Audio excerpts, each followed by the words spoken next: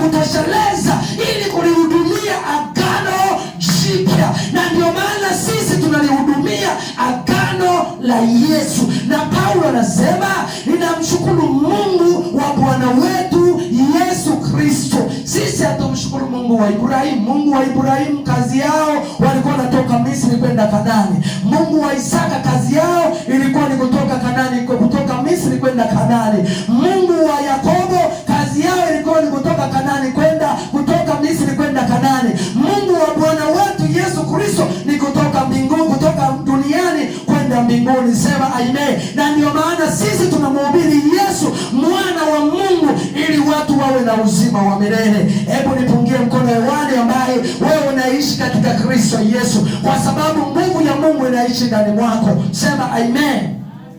Mstari wa 16 anasema, kwa maana siionei haya Injili ambayo ni uwezo wa Mungu uletao wokovu kwa kila aminiye, kwa Myahudi kwanza na kwa Myunani pia.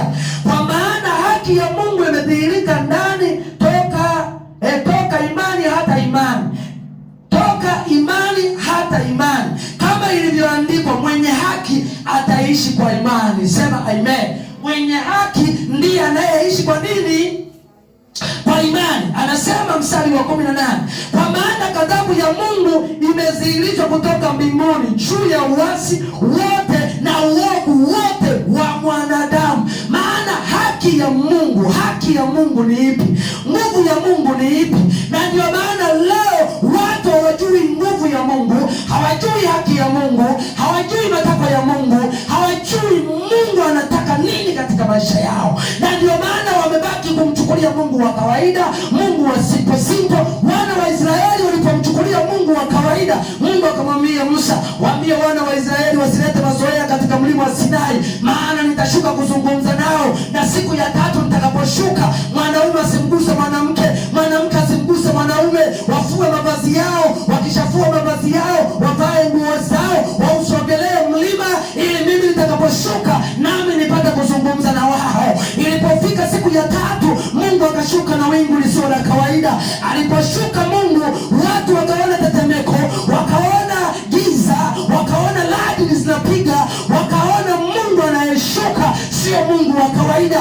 Wakajua Mungu anayeshuka sio Mungu wa mazoea. Wakamwambia Musa, Mungu anayeshuka tumuwezi, Mungu anayeshuka hatuwezi kuzungumza naye, hatuwezi kusogelea naye. Wewe Musa, kazungumza na Mungu, sisi utakuja kutuambia, kwa sababu anayeshuka sio wa kawaida, sio wa mazoea, ni Mungu, ni moto ulao. Leo watu wamemchukulia Mungu wa kawaida, wamechukulia Mungu kama babu yao, wamechukulia Mungu kama mjomba wao. Na ndio maana mtu mwingine anajiuliza, niende kanisani nisiende kanisani? Leo nisiende najisikia vibaya, kwa sababu Mungu amemchukulia wa kawaida, Mungu amemchukulia kama mjomba wake, Mungu amemchukulia kama shangazi yake. Lakini wana wa Israeli, Mungu alipoamua kujidhihirisha kwao, na wana wa Israeli wakasema, Mungu hatukuwezi kwa sababu wewe ni Mungu usiye wa mazoea. Na Musa akapanda mlimani kuzungumza na Mungu, kwa sababu wana wa Israeli wamepiga, wamerudi nyuma, kwa sababu uwezo wa Mungu sio wa mazoea. Sema amen.